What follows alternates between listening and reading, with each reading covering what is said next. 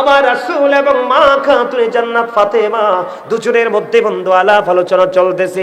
এরই মধ্যে হযরত জিবরাইল আলাইহিস সালাম জান্নাত থেকে আপেল নিয়ে আমার নবীজির হুজরায় এসে হাজির। বন্ধুরে আমার, বুখারী শরীফের মধ্যে এসেছে হাদিসখানা। হাদিসের রাবী হলেন হযরত আবু হুরায়রা রাদিয়াল্লাহু তাআলা। আমার নবী, আপনার নবী, দু জাহানের বাদশা নবী, ও বন্ধু মদিনার কামলেওয়ালা নবী, আল্লাহর প্রিয় হাবিব হাবিবুল্লাহ তিনি বলে দিয়েছেন। গভীর মন দিয়ে শুনবেন, আমি আপনাদেরকে বলি, কারণ আমরা সবাই জানি আমরা মাহফিলে এসেছি, কিন্তু আমি জানি আমরা আল্লাহ রাব্বুল আলামিনের দিকে এগিয়ে এসেছি আল্লাহর জিকিরের জন্য। আমরা কি আল্লাহর স্মরণে আসছি না? রাসূলের স্মরণে আসছি না? স্মরণ হলো বাংলা শব্দ। আল্লাহর কোরআনের ভাষায় বলা হয় জিকির, আর ইংলিশে এটাকে বলা হয় রিমেম্বার। আল্লাহ রাব্বুল আলামিন বলেছেন, remember me then I will remember you. তোমরা আমাকে স্মরণ করো, আমি তোমাদেরকে স্মরণ করব। হুজুর, কেমন করে স্মরণ করব? আল্লাহ বলেছেন, ফাযকুরুনি আযকুরুকুম। আল্লাহ রাব্বুল আলামিন আরো বলেছেন, ইয়া আইয়ুহাল্লাযীনা আমানু যকুরুল্লাহা যিকরান কাসীরা ওয়াসাব্বিহুহু বুকরাতাও ওয়াসীলা। জোরে জোরে কোন আল্লাহু আকবার।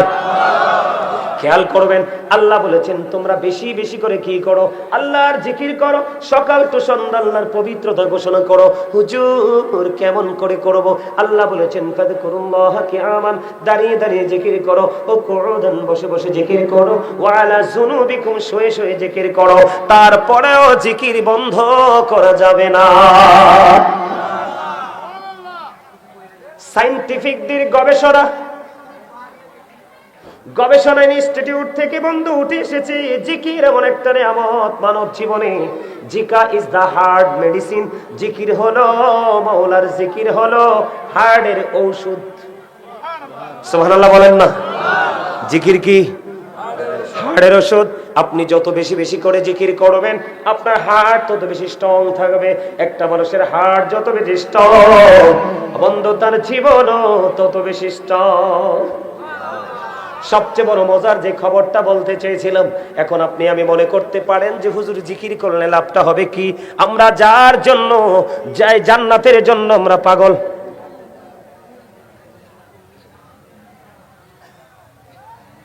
আল্লাহর হাবিব বলে দিয়েছে, কেউ যদি একা একা জিকির করে, আল্লাহ রাব্বুল আলামিন ওই বান্দার জিকির একা একা করে। সুবহানাল্লাহ। কত মজার খবর! কেউ যদি 1 বিঘা পরিমাণ জিকির করার জন্য মালিকের দিকে এগিয়ে যায়, আল্লাহ রাব্বুল আলামিন বলে দিয়েছেন, হাবিব আপনি জানিয়ে দেন আমি আমার ওই বান্দার দিকে 1 গজ পরিমাণ এগিয়ে আসি। বন্ধু, বড় মাসিমপুরের আমার ভাই, আমার বাবা গো, আমার মা বোনদেরকে ডেকে ডেকে বলছি, হৃদয়ের জানালা খুলে তোমরা সবাই শোনো। তুমি যদি 1 বিঘা পরিমাণ মালিকের দিকে যদি এগিয়ে যাও, মালিক তোমার দিকে 1 গজ পরিমাণ এগিয়ে আসবে। বন্ধুরে আমার, তুমি যদি 1 হাত পরিমাণ মালিকের দিকে জিকির করতে করতে এগিয়ে যাও, মালিক কথা দিয়েছে আমি আমার বান্দার দিকে 2 হাত পরিমাণ এগিয়ে আসি। শুধু এখানেই ক্ষান্ত নয়, এই মুহূর্তে যদি আপনাকে কেউ যদি প্রশ্ন করে, বন্ধু তুমি তো আল্লাহর জিকির করতে বসেছ, তুমি আমাকে একটুখানি বলে দাও না এখন তোমার আল্লাহ কি করে? আপনি কনফিডেন্সলি বলে দিবেন, আল্লাহর কোরআন সাক্ষী দে, আল্লাহ বলেছেন তোমরা যদি আমার জিকির করো, আমি তোমাদের জিকির করব। আপনাকে কেউ যদি প্রশ্ন করে বলে, হুজুর এখন আল্লাহ রাব্বুল আলামিন কি করছে, আপনি কনফিডেন্সলি আত্মবিশ্বাসের সাথে বলে দিবেন, আমার আল্লাহ এখন আমার জিকির করে। এটা হাদিস শরীফ থেকে, বুখারীর মধ্যে এসেছে হাদিস খানা। বন্ধু, আরো মজার খবর আছে। আপনি আমরা এই জলসার মধ্যে বসেছি, এই একটা মজলিসের মধ্যে বসেছি বন্ধু। ও বন্ধু হৃদয় খুলে শোনো, আল্লাহ রাব্বুল আলামিন আল্লাহর হাবিবকে বলে দিয়েছেন, হাদিস শরীফের মধ্যে এসেছে, আমার আপনার প্রাণের নবী তিনি বলে দিয়েছেন, হাবিব আপনি বলে দেন, হাবিব আপনি জানিয়ে দেন, আমার বান্দাগুলো যখন পৃথিবীর কোন নরমাল জলসায় বসে বসে জিকির করে, আমি আল্লাহ কথা দিলাম রে, আমি আমার বান্দাদের কিনে তার চাইতে উত্তম জলসায় জিকির করি।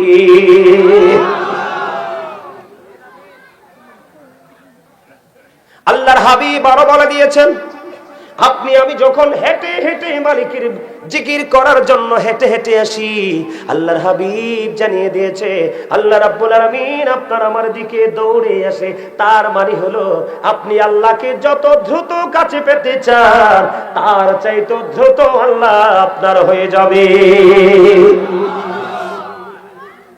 লবণ না দিলে খাবার খাইতে পারবেন না। কেন? ওমা হ্যাঁ হ্যাঁ এতক্ষণ আইছে একদম সঠিক উত্তর, একদম বাংলা কথা। স্বাদ স্বাদ না লাগলে কি খাওয়া যায়? স্বাদ না লাগলে খাওয়া যায় দাদা ভাই? স্বাদ না লাগলে, লবণ না দিলে যেমনি খাবার মজা হয় না, মজা না হইলে যেমনি খাওয়া যায় না, ঠিক তেমনি ভাবে আপনি যতক্ষণ না পর্যন্ত প্রেমিক হতে না পারবেন ততক্ষণ পর্যন্ত আপনার কাছে আমল মজা, আর যতক্ষণ আপনার কাছে মজা না লাগবে ততক্ষণ আপনার আমল করতেও মনে চাইবে না। এখন আমি বলবো আপনাদেরকে, আগে জিকির করার আগে আগে প্রেম শিখেন। কি শিখেন? প্রেম কি? আপনাকে আমাকে এই মুখটা আল্লাহ রাব্বুল আলামিন ভোট খাওয়ার জন্য, বাদাম খাওয়ার জন্য, পান খাওয়ার জন্য, চা দোকানে বসে বসে মানুষের বদনাম করার জন্য, অপ্রাসঙ্গিক অগ্রহণযোগ্য কথা বলার জন্য আল্লাহ রাব্বুল আলামিন আপনাকে আমাকে জবানটা দেয়নি, জবানটা দিয়েছে আল্লাহর জিকির করার জন্য।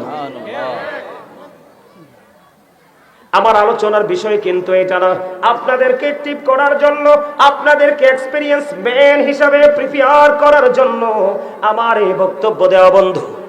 আমার মূল যে আলোচনা, দাদা কিছু বলবেন? বললে আমারে বললেন। হ্যাঁ, উনি এখন আমার সামনে উনি কিছু বলবে না। বন্ধুরে আমার, আমার দিকে তাকান, আমি কি বলতে চাই আপনাদেরকে। চাইলে নামাজ ছেড়ে দেওয়া যায়, চাইলে কিন্তু নামাজি হওয়া যায় না। চাইলে বেয়াদব হওয়া যায়, চাইলে কিন্তু ভদ্র হওয়া যায় না। কথা বলেন না কেন? বেয়াদব হওয়া তার যত সহজ, ভদ্র হওয়া কি তত সহজ। চাইলে মাহফিল কি বয়কট করা যায়, চাইলে কিন্তু মাহফিলে এসে আল্লাহ রাব্বুল আলামিনের রহমতের বাগানের, যে বাগানে জান্নাতের বাগানের মেহমান চাইলে হওয়া যায় না, মালিক চাইলে হতে পারবেন, অন্যথায় না। দুঃখ লাগে, আফসোস লাগে। আপনি দেখবেন হিন্দু, খ্রিস্টান, বৌদ্ধরা দেখবেন তারা যখন তাদের ধর্মীয় কাজগুলো করে উপাসনালয়ে যায়, তাদের মধ্যে কোনো বিচলিত অবস্থা থাকে না, তাদের মধ্যে কোনো পেরেশানি থাকে না। আমরা মুসলমান, নামাজ পড়তে গেলে তারা, মিলাদ পড়তে গেলে তারা, কোরআন পড়তে গেলে তারা, যেখানে যাই সেখানে তাড়াহুড়া। এই তাড়াহুড়াই কিন্তু আপনাকে নিয়ে যাবে জাহান্নামের নিকটবর্তী স্থানে। আমার কথাগুলো আপনারা মন দিয়ে শুনেন। আজকের এই আলোচনা বিবেকহীনদের জন্য নয়, বিবেকবানদের জন্য। আজকের এই লেকচার সেন্স এবিলিটি সম্পূর্ণ পারসনদের জন্য, সেন্সলেসদের জন্য নয়। আপনি দেখবেন একটা প্লাস পায় আর একটা গোল্ডেন এ প্লাস পায়, যেটা বেশি মনোযোগী এটার জন্য গোল্ডেন এ প্লাস, যেটা একটু কম মনোযোগী এটার জন্য এ প্লাস, আর একটা বন্ধু আরো বেশি স্লো এটার জন্য এ মাইনাস। আর বাকিগুলোর কথা বললে বা বলতে পারবো না, কারণ বাকিগুলোকে রেজাল্টই বলা যায় না। আমি আপনাদেরকে কি বুঝাইতে চাই আমার আলোচনার বিষয় না, আপনাদেরকে বোঝানোর জন্য বলছি। আমার দিকে তাকান বন্ধু, এখন জিকির কত প্রকার ও কি কি, যা কি জিকির কাকে বলে? সুবহানাল্লাহ বল আল্লাহর জিকির, আলহামদুলিল্লাহ বল আল্লাহর জিকির, আল্লাহু আকবার বল আল্লাহর জিকির, লা ইলাহা ইল্লাল্লাহ বল আল্লাহর জিকির। কাউকে ভালো কাজের জন্য ডাকা, এটাও জিকির। কাউকে মন্দ কাজ থেকে বারণ রাখা, বিরত রাখা, এটাও জিকির। বন্ধু, সবচেয়ে বড় মজার খবর হলো নামাজ মাওলার জিকির, কিন্তু নামাজটা হলো মাওলার জিকিরের জলসা, কারণ এটা একই জায়গায় দাঁড়িয়ে বসে সম্পূর্ণ করা হয়। আর হজ হলো মাওলার জিকিরের জুলুস, কারণ এটা বিভিন্ন জায়গা পরিদর্শন করে সম্পূর্ণ করা হয়। এখন আমি আপনাদেরকে বলবো বন্ধু, মাঝখান দিয়ে একটু হাদিস শরীফ আরেকটা ঢোকাতে যাই। আল্লাহর হাবিব বলেছেন, উম্মত তোমরা যখন জান্নাতের বাগানে যাও, জান্নাতের বাগানে যখন তোমরা কদম দিয়ে দাও, আল্লাহর হাবিব বললেন তখন তোমরা জান্নাতের বাগান থেকে ফল কুড়িয়ে কুড়িয়ে খাও। জোরে কন্না সুবহানাল্লাহ। ইয়া রাসূলুল্লাহ, ইয়া হাবিবাল্লাহ, নবী গো, ও প্রাণের নবী, ওই জান্নাতের বাগানের ফলটা কি? আজকের মাহফিল জান্নাতের বাগান, ওই যে জুমার দিনের মসজিদ জান্নাতের বাগান, আমরা 5 ওয়াক্ত নামাজ পড়ি মসজিদে গিয়ে, ওটাও জান্নাতের বাগান। ও বন্ধু, যেখানে কোরআন হাদিসের আলোচনা হয় ওটা বন্ধু সীমিত পরিসরে নুরানি জলসা হয়ে যায়। আল্লাহর হাবিব জানিয়ে দিয়েছেন, জান্নাতের বাগানে যখন যাবে তোমরা জান্নাতের বাগান থেকে ফল খেয়ে নিও। ইয়া রাসূলুল্লাহ, ইয়া হাবিবাল্লাহ, নবী গো, জান্নাতের বাগানের ফলটা কি? আমার নবীজি বলে দিলেন, সুবহানাল্লাহ ওয়ালহামদুলিল্লাহ লা ইলাহা ইল্লাল্লাহ, সুবহানাল্লাহ ওয়ালহামদুলিল্লাহ, মহব্বতে লা ইলাহা ইল্লাল্লাহ, লা ইলাহা নবী আমার নূরের পুতুল, জগৎ করলেন ও জালা। নবী আমার নূরের পুতুল, জগৎ করলেন ও জালা। রোজ হাসরে করবেন তিনি উম্মতের ফয়সালা। সুবহানাল্লাহ ওয়ালহামদুলিল্লাহ লা ইলাহা ইল্লাল্লাহ, লা ইলাহা ইল্লাল্লাহ। আরশ কুরসি লৌহ কলম সৃষ্টি যার ওসিলা, আরি যে আল্লাহ খুশি হইয়া নাম রাখিলেন হাবিবুল্লাহ। সুবহানাল্লাহ আলহামদুলিল্লাহ লা ইলাহা ইল্লাল্লাহ, লা ইলাহা ইল্লাল্লাহ, লা ইলাহা ইল্লাল্লাহ মুহাম্মাদুর রাসূলুল্লাহ সাল্লাল্লাহু আলাইহি ওয়াসাল্লাম। জোরে জোরে বলেন আলহামদুলিল্লাহ। অল প্রেজ ইজ টু আল্লাহ, সমস্ত প্রশংসা আল্লাহ। লাভ ফর আল্লাহ, ভালোবাসা আল্লাহর জন্য। হ্যাট ফর আল্লাহ, ঘৃণাও আল্লাহর জন্য। আজকের জান্নাতের বাগানকে ভালোবাসবো আল্লাহর জন্য, আশপাশের পরিবেশকে অ্যাভয়েড করব কিছু সময়ের জন্য, এটাও আল্লাহর জন্য। সুবহানাল্লাহ বলেন আর জোরে। বন্ধুরে আমার, সব ধরনের জিকিরের খবর আপনারা পেয়ে গেলেন। নামাজ এটা সর্বসম্মতিক্রমে বন্ধু সবার উপরে ফরজ, এটাও হলো মাওলার জিকির। ছোট্ট করে আমি হাদিস শরীফটা আপনাদেরকে বলে বন্ধু, আল্লাহর হাবিব শীতের দিনে বের হওয়ার পরে তিনি চাইয়া দেখলেন গাছের পাতা বিরামহীন ভাবে জোরে জোরে পড়ে। আমার নবীজি গাছের ঢাল ধরে বললেন, বন্ধু আবু জরকে একটা ডাক দিলেন, রে আবু জর। আবু জর উত্তর দিলেন, লাব্বাইকা ইয়া রাসূলুল্লাহ, আমি হাজির, আমি হাজির। আমার নবী বললেন, রে আবু জর, তুমি গাছের দিকে চাইয়া দেখো, শীতের দিনের কারণে গাছের পাতা যেমনি শুষ্ক হয়ে জোরে জোরে পড়ছে, আল্লাহর বান্দাগুলো, আল্লাহর প্রিয় হাবিবের উম্মতগুলো যখন নামাজ নামক জিকিরের মাধ্যমে আল্লাহ রাব্বুল আলামিনের কুদরতি কদমে নামাজের মাধ্যমে কপালটা লাগাইয়া দিবে, আল্লাহ রাব্বুল আলামিন ওই শীতের দিনের গাছের পাতার মতো তার জীবনের সবগুলো গুনাহ ঝরে পড়ে যাবে, মুছে যাবে। তাহলে জিকির করলে লাভ না লাভ? আল্লাহর হাবিব বলেছে, প্রত্যেকটা জিনিসকে ক্লিয়ার করার জন্য একটা উপকরণ থাকে, যন্ত্র থাকে। মানুষের মনের ঘরের ময়লা দূর করার যন্ত্র হলো আল্লাহ রাসূলের জিকির। আল্লাহর হাবিব বলে দিয়েছে, তোমরা এমন ভাবে জিকির করো মানুষ দেখলে যেন তোমাদেরকে পাগল বলে। জিকির দুই ভাবে করা যায়, জবান দিয়ে করা যায়, অন্তর দিয়ে করা যায়। আল্লাহর হাবিব জানিয়ে দিয়েছেন, জবান এবং অন্তর দুটো মিলে যে জিকির করা হয় ওই জিকির হলো সবচেয়ে উত্তম জিকির। আমার রাসূল এবং মা খাতুনে জান্নাত ফাতেমা দুজনের মধ্যে বন্ধু আলাপ আলোচনা চলতেছে। এরই মধ্যে হযরত জিবরাইল আলাইহিস সালাম জান্নাত থেকে আপেল নিয়ে আমার নবীজির হুজরায় এসে হাজির। আরে আরো জোরে বলেন সুবহানাল্লাহ, আল্লাহু আকবার।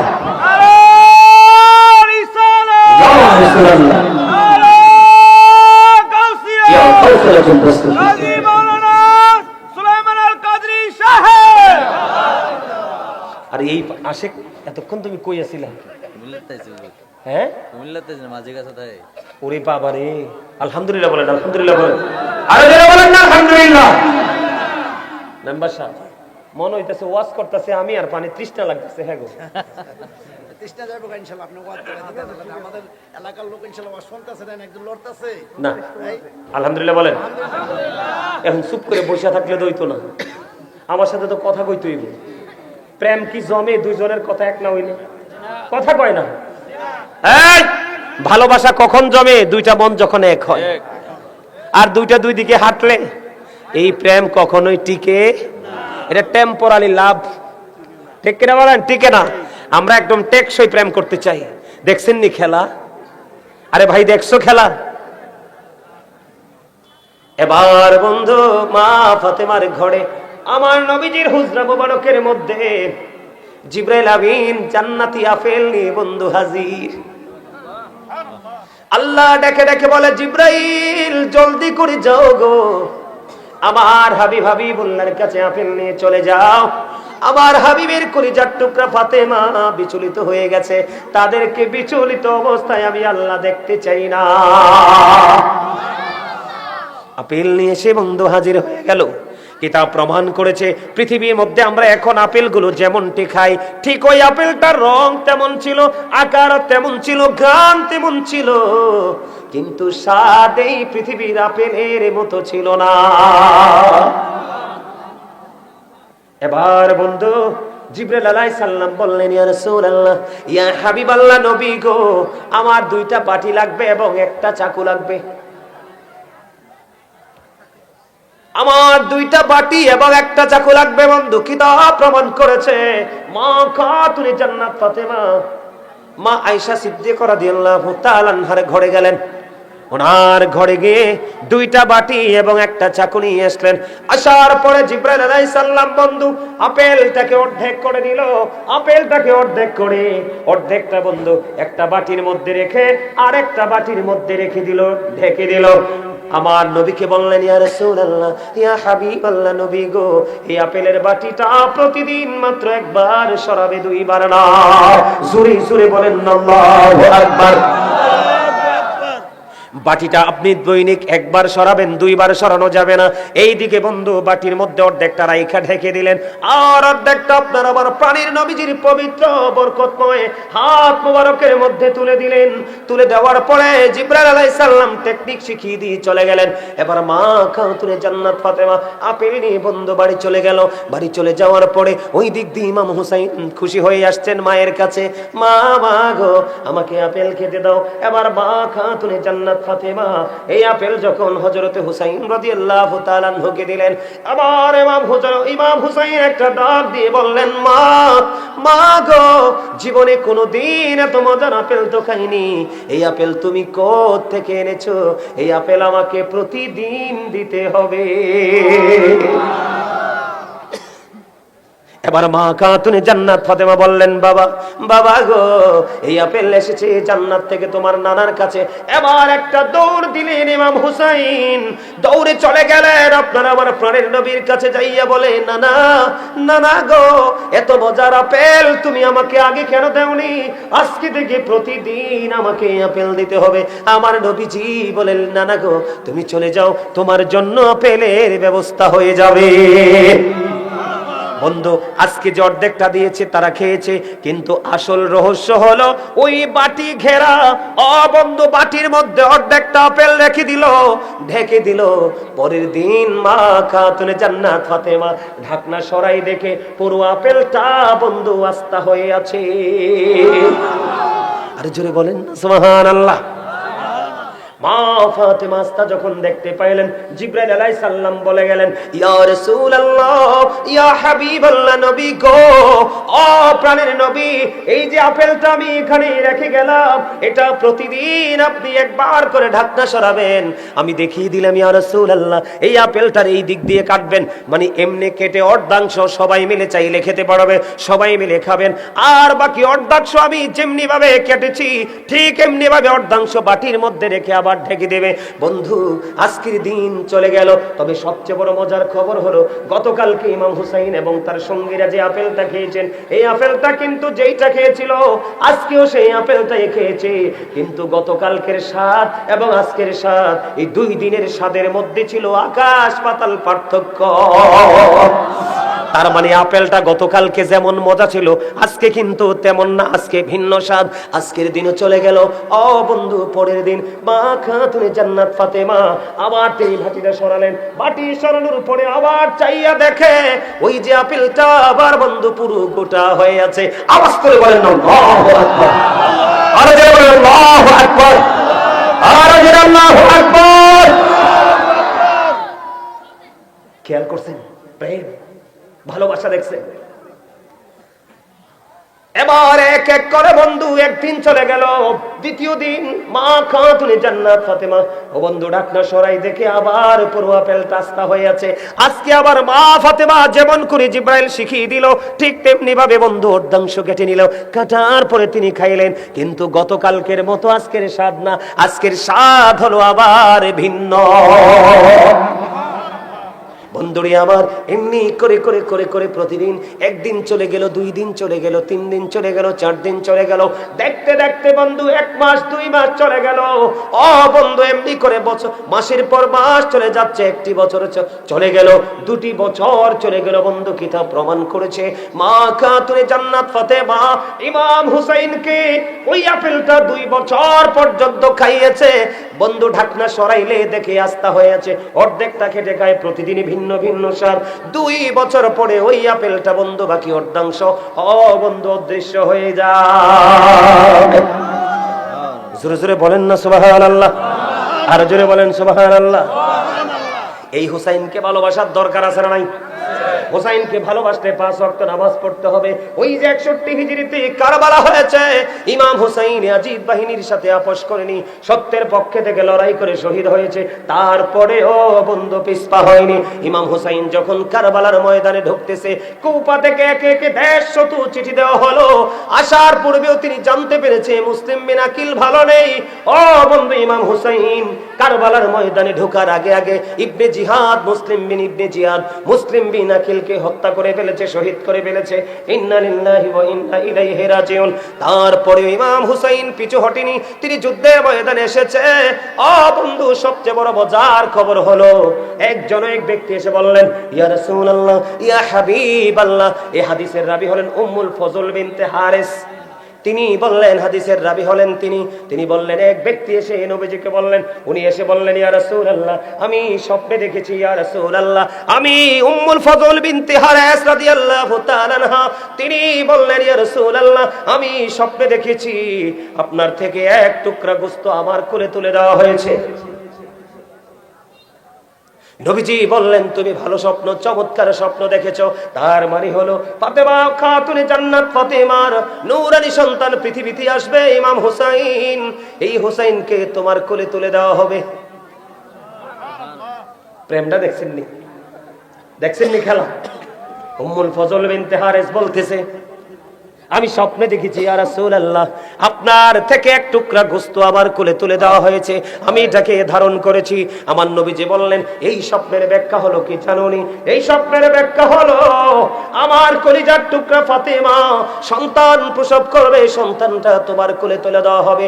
সত্যি সত্যি মা খাতুনে জান্নাত সন্তান কলিজার টুকরা প্রসব করলেন। ও বন্ধু, ওনার হাতে দিলেন, উনি নবীজির হাতে তুলে দিলেন। নবীজির হাতে তুলে দিলেন, হঠাৎ করে নবীজি নবীজির দৃষ্টি অন্যদিকে চলে গেল। ও বন্ধু, রাসূলের দুই চক্ষু মুবারক দিয়ে পানি গড়গড় করে পড়ছে। উম্মুল ফজল বিনতে হারেস প্রশ্ন করলেন, ইয়া রাসূলুল্লাহ, ইয়া হাবিবাল্লাহ, নবী গো, ও প্রাণের নবী, আপনার চোখে কেন পানি দেখা যায়? আমার নবীজি বললেন, জিবরাইল আলাইহিস সালাম আমার কাছে এসে খবর দিয়েছে, আমার এই কলিজার টুকরাকে সাদা দাগের কিছু কুকুর হরণ করে নিয়ে যাবে, তাদেরকে পৃথিবী থেকে নির্মমভাবে শহীদ করে দিবে। জোরে জোরে বলেন না নাউজুবিল্লাহ।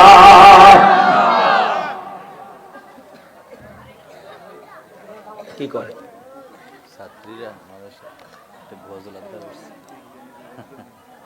আচ্ছা আচ্ছা আচ্ছা, তাহলে একটা গজল গাইয়েই লাই। হুজুর, আমার এই মাদ্রাসার নবম শ্রেণীর ছাত্রী, আমাদের সকলের আবদার, এটা নাম দিছে না তো? ও আছে তো না, নাম দিছে না? সবার একটা আবদার, আমার একটা গজল শুনতে। আপনারা কি শুনবেন? শুনবেন? এটা নোয়াখালী লাকসামের ভাষা, এটা গোটা পৃথিবীর মানুষের হৃদয় ছুঁয়েছে। শুনবেন? আরো জোরে বলেন। বিজ্ঞানীদের বিজ্ঞানী নবীজি, এমন দয়াল নবী আর হাইবানি, এমন দয়াল নবী খুঁজা হাইবানি। বিজ্ঞানীদের বিজ্ঞানী অঙ্গ নবীজি, বলেন বিজ্ঞানীদের বিজ্ঞানী অঙ্গ নবীজি, এমন দয়াল নবী আর হাইবানি, এমন দয়াল নবী খুঁজা হাইবানি। বিজ্ঞানীদের বিজ্ঞানী অঙ্গ নবীজি, বিজ্ঞানীরা রকেট যোগে চাঁদের দেশে যায়, অঙ্গ নবী রকেট ছাড়া মেরাজ শরীরে যায়। বিজ্ঞানীরা রকেট যোগে চাঁদের দেশে যায়, অঙ্গ নবী রকেট ছাড়া মেরাজ শরীরে যায়। আরে ওই যুগে কি রকেট বিমান এগুলো ছিল নি? বলো ওই যুগে কি? বিজ্ঞানীদের বিজ্ঞানী অঙ্গ নবীজি, বলেন বিজ্ঞানীদের বিজ্ঞানী অঙ্গ নবীজি, এমন দয়াল নবী আর হাইবানি, এমন দয়াল নবী খুঁজা হাইবানি। বিজ্ঞানীদের বিজ্ঞানী অঙ্গ নবীজি, বিজ্ঞানীরা রকেট যোগে চাঁদের দেশে যায়, অঙ্গ নবী রকেট ছাড়া মেরাজ শরীরে যায়। আরে ওই যুগে কি রকেট বিমান এগুলো ছিল নি? বলো ওই যুগে কি? বিজ্ঞানীদের বিজ্ঞানী অঙ্গ নবীজি, আবু বকর সিদ্দিকের সাফে কামড়াইছে, অঙ্গ নবীর থুতু দি মালা হয়ে গেছে। আবু বকর সিদ্দিকের সাফে কামড়াইছে, অঙ্গ নবীর থুতু দি মালা হয়ে গেছে। আরে সেই যুগে কি ওজা বৈদ্য এগুলো ছিল নি? বলো সেই যুগে কি?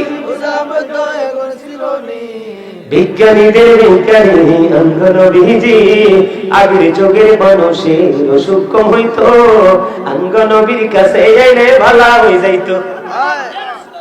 আগের যুগের মানুষের অসুখ কম হইতো, অঙ্গ নবীর কাছে এলে ভালো হয়ে যাইতো। আরে সেই বালা কি এই যুগেতে করতে হয় বানি? বলো সেই বালা কি?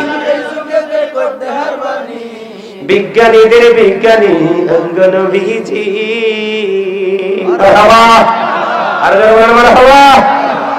এই গজলের ভিতরে যদি আমরা ঘাটাঘাটি করি, কয়েক ঘন্টার ওয়াজ আছে, কারণ এটার মধ্যে পুরো গজলের মধ্যে নবীর মুজিজা লুকায়িত। সুবহানাল্লাহ বলেন না? আরে যারা বলেন, গজল ভাল লাগে না? লাগে? আপনারা কথা না বললে কি হয়েছে? আপনাদের বসার উপস্থিতি বলে যে ভালো লাগে। আলহামদুলিল্লাহ বলেন। নীলম নীলম নীলমের রজনী গন্ধা, মনের শোকে মালা গাঁথিব সকাল থেকে সন্ধ্যা। একবার দেখা দাও যদি ও গো কামলি বলা, একবার দেখা দাও যদি স্বপ্নে রাত্রি বেলা, হাসি মুখে পড়াবো তোমায় হাজার ফুলের মালা। বলেন ইয়া রাসূলুল্লাহ, ইয়া হাবিবাল্লাহ, বলো ইয়া রাসূলুল্লাহ, ইয়া হাবিবাল্লাহ। মারহাবা। আরেকটু মানে গজলগুলো বলা মানে ব্যাটারিটাকে একটু চার্জ দেওয়া, ঠিক না বলেন? মাঝে মাঝে ব্যাটারিটা কি হয়ে যায়? ডাউন হয়ে যায়, ঠিক না বলেন? ভাল লাগে গজল? হ্যাঁ, তাহলে আমার লেখা একটা গজল গাই, একটু অল্প করে গাইবো, বেশি না কিন্তু গাইবো, শুনবেন পারলে? ওমর খোদা একটুখানি গাইবো, কারণ আমার ওয়াজ বাকি আছে তো আরো।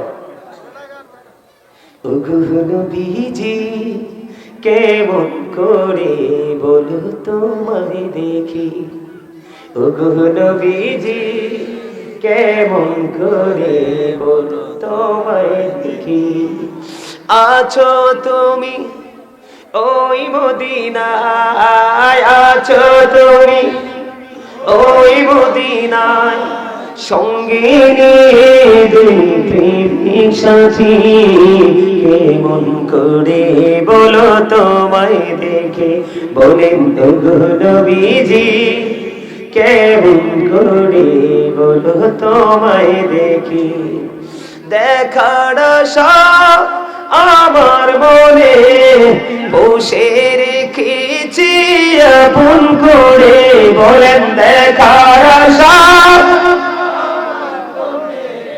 বসে রেখেছি যতন করে, পাই যদি গো নবী তোমার দিদার, শীতল হবে মোর দুটি আখি, কেমন করে বলো তোমায় দেখি, বলেন ওগো নবীজি কেমন করে বলো তোমায় দেখি। মারহাবা। আর পুরাটা শুনতে চাইলে অনলাইনে আছে, এখানে পুরাটা গাওয়া যাবে? আর যারা বলেন যাবে, যাবে না, যাবে না। এটা পুরাটা শুনতে চাইলে অনলাইন থেকে কালেক্ট করবেন, অনেক গজল গাওয়া আছে অনলাইনে। সম্মানিত উপস্থিতি, আমরা যদি আল্লাহ আল্লাহ রাসূলকে পেতে চাই, তাহলে আমাদের ঈমানকে আগে টেকসই করতে হবে।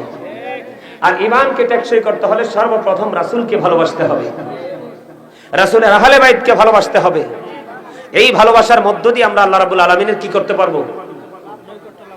আল্লাহ রাব্বুল আলামিনের নৈকট্য, আল্লাহ রাব্বুল আলামিনের দিদার আমরা হাসিল করতে পারবো। সম্মানিত উপস্থিতি, ইমাম হুসাইন চলে যাবে, সীমার ওনার বুকের উপর চেপে বসবে, এই মুহূর্তে তিনি নামাজ পড়েছে। আমরা আহলে বাইতকে ভালোবাসি ঠিকই, কিন্তু নামাজের ক্ষেত্রে আমরা বড়ই উদাসীন। কথা বলেন ঠিক না বা ঠিক? আছেন আমাদের মধ্যে সমস্যা?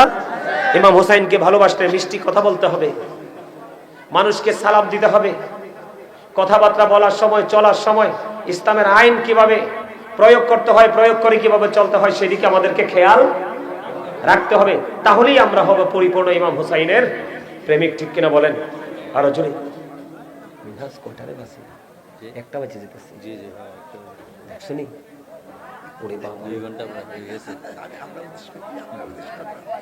আলহামদুলিল্লাহ বলেন আরো জোরে। সম্মানিত উপস্থিতি, আমার দিকে তাকান। আলোচনা হয়ে গেছে 2 ঘন্টার মতো, আমার আরো কাজ আছে। আর সর্বশেষ হলো, আমার আগামীকালকের প্রোগ্রামটা অনেক দূরে। আগামীকালকে এখান থেকে যাইয়া খাইয়া টাইয়া নামাজ পড়ে আগামীকালকে প্রোগ্রামের জন্য রওনা দিতে হবে, অনেক দূরে আগামীকালকের প্রোগ্রাম।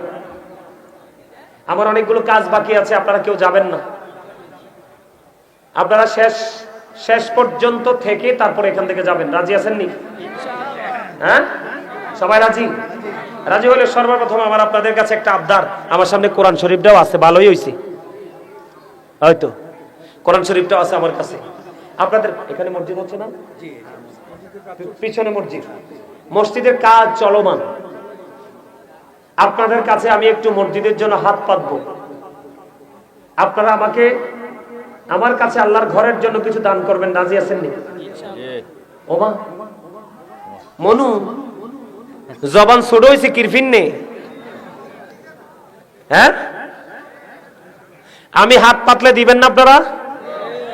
আমি কি বলছি বাড়ি থেকে গরু জায়গা জমি বিক্রি করে দেন?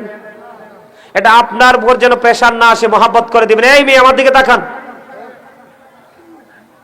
আল্লাহ রাসূল, এক সাহাবী অসুস্থ হয়ে গেল, নবীজি দেখতে গেলেন। নবীজি যখন দেখতে গেলেন, আল্লাহর হাবিবকে বললেন, ইয়া রাসূলুল্লাহ, ইয়া হাবিব আল্লাহ, নবী গো, ও প্রাণের নবী, আমার মনে হয় আমি আর পৃথিবীতে বাঁচবো না। ইয়া রাসূলুল্লাহ, ইয়া হাবিব আল্লাহ, নবী গো, আমার মনে হয় নবী গো, আমি আর বাঁচবো না। নবী আমি বলতে চাই আমার যতগুলো দৌলত আছে আমি সবগুলো দিনের জন্য খরচ করে দিব। আমার নবী বললেন না না, তুমি সবগুলো খরচ করতে পারবে না। ইয়া রাসূলুল্লাহ, আমি যদি সবগুলো খরচ না করি তাহলে আমি অর্ধেক খরচ করব, আমি অর্ধেক দান করে দিব। আমার নবীজি বললেন না না, তুমি অর্ধেক দান করো না। ইয়া রাসূলুল্লাহ, তারপরে আমি বলবো আমি যদি পুরোটা দিতে না পারি, অর্ধেক দিতে না পারি, আমি 1/3 দান করে দিব, তার মানে 3 ভাগে 1 ভাগ দান করে দিব। আমার নবী বললেন তুমি এটা করতে পারো। এই মেয়ে কি কমু আছে? আকমাল খারাও, দাঁড়াও। এই যে দেখেন, আমি আপনাদেরকে বুঝাই, আপনারা তো আলেমদেরকে নিয়ে কমেন্টস করেন, আপনারা না, মানে আপনারা বলতে কিছু লোক আছে না দুষ্ট। এই যে দেখছেন, ও এই বছর কামেল কমপ্লিট করছেন, এই বছর এবার কামেল ফাইনাল ইয়ারে আছে। আমার মসজিদের খতিব আজকে কত তারিখ চলে? ডিসেম্বরের 3 তারিখ। তার মানে আমার মসজিদ যে উদ্বোধন হয়েছে এই 1 বছরে পড়লো। ডিসেম্বরটা শেষ হইলে কি হয়ে যাবে? 1 বছর পুরে যাবে। জানুয়ারির 5 তারিখে 1 বছর পুরে ফিল আপ হয়ে যাবে। গল্প শোনেন, বিরক্ত হয়ে না। আমি আমার ক্রেডিটকে, আমি এখনো বাসায় ভাড়া থাকি, মেম্বার সাহেব জানে, এখনো ভাড়া বাসায় থাকি, অন্যের বাসায়। গ্রামের বাড়ি যে বাড়িঘর ভেঙে পড়ে, মাটির ঘর, আমি এখনো অন্যের বাসায় ভাড়া থাকি। চট্টগ্রাম থেকে আমি যখন মসজিদের কাজ ধরছি, চট্টগ্রাম থেকে আমার এক পাগল ভক্ত আমাকে ফোন দিয়ে বলল, হুজুর আমি তো জানি আপনি ভাড়া ঘরে থাকেন, কিন্তু আপনি ঘর না বানাইয়া মসজিদ বানাচ্ছেন যে। বন্ধু আমার স্পষ্ট মনে আছে রে, বড় মা সিমপুরের আমার ভাই বাবারা, শক্ত হইও না, কঠোর হইও না, এইখান থেকে শিক্ষা নেওয়ার আছে রে। আমি তখন আমার এই চট্টগ্রামের ভক্তকে বলেছিলাম, আপনি বলেছেন সত্য কথা, একেবারে বাস্তব কথা বলেছেন, কিন্তু তার চাইতেও চরম বাস্তব হলো আমি ভাড়া ঘরে থাকলেও মরণ হবে রে। আমি যদি ভাড়া থাকি সেখানেও আজরাইল আসবে, আমি যদি নিজে দালান বানাইয়া সেখানে থাকি সেখানেও আজরাইল আসবে। বন্ধু আমি যেদিন জানতে পারলাম এই পৃথিবীর বুকে যদি বন্ধু 1 কোটি মানুষ মিলে একটা মসজিদ বানায়, 1000 মানুষ মিলে যদি একটা মসজিদ বানায়, 100 মানুষ মিলে যদি একটা মসজিদ বানায়, আমার নবীজি বলে দিয়েছে বন্ধু, কাল হাসরের ময়দানে ইন্তেকাল করার পরে তোমরা জান্নাতের দিকে নজর দিয়ে চাইয়া দেখবা, আল্লাহ রাব্বুল আলামিন আল্লাহর কুদরতি হাতে তোমাদের জন্য স্পেশাল ভাবে ঘর তোমাদের জন্য বরাদ্দ দিয়ে দিবে। এই পৃথিবীর বুকে যতগুলো মানুষ মিলে এই মসজিদটা বানিয়েছো সবার এই মালিকানা আছে। তোমরা সবাই সেদিন জান্নাতের মধ্যে আল্লাহর দেওয়া এই ঘর, স্পেসিফিক ভাবে ভিআইপি ঘরের মধ্যে তোমরা পৃথিবীর বুকে যারা মসজিদ বানিয়েছো তোমরা সবাই থাকবে। আল্লাহর হাবিব বলেছে, আলিশান বড় মসজিদ বানাতে হবে এমনটি নয়, বড় দালান বানাতে হবে এমনটিও নয়। তোমার সক্ষমতা যেমন, মাটি দিয়ে বানাও মসজিদ, টিনের বেড়া দিয়ে বানাও মসজিদ, দালান বানাও মসজিদ, ছোট বানাও মসজিদ, বড় বানাও মসজিদ, তোমার জন্য জান্নাতে ঘর বরাদ্দ হবে। বন্ধু ওয়াল্লাহি ওয়াল্লাহি আল্লাহর কসম করে বলছি বন্ধু, আমার যে মসজিদটা আমি করেছি, আমার গ্রামের মানুষ যদি আরো একবার এই পৃথিবীতে জন্ম হয়ে আসে তারপরেও তারা এই মসজিদ বানানো সম্ভব হবে না। ঠিক কিনা বলো বন্ধুরে? আমার যদি সুযোগ হয় আমার এই মেম্বার সাহেবকে নিয়ে ঘুরে যেয়ে দেখে আসবেন, একেবারে প্রত্যন্ত অঞ্চল, বর্ডার অঞ্চল, মানুষ আমার মসজিদ দেখতে একটা নজর চায়। সবচেয়ে বড় মজার খবর হলো A to Z কমপ্লিট করে ফেলেছি মাত্র 5 মাসে। এক টানা বিদ্যুৎ গতিতে কাজ চলেছে বন্ধু। 5 মাসে মসজিদ কমপ্লিট করেছি।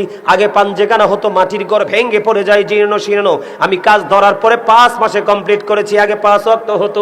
আমি মসজিদ বানানোর পরে এই খতিব সাহেবকে নিয়োগ দিয়েছি, আমার গ্রামের মানুষও পছন্দ করেছি বন্ধু, বুঝানোর জন্য।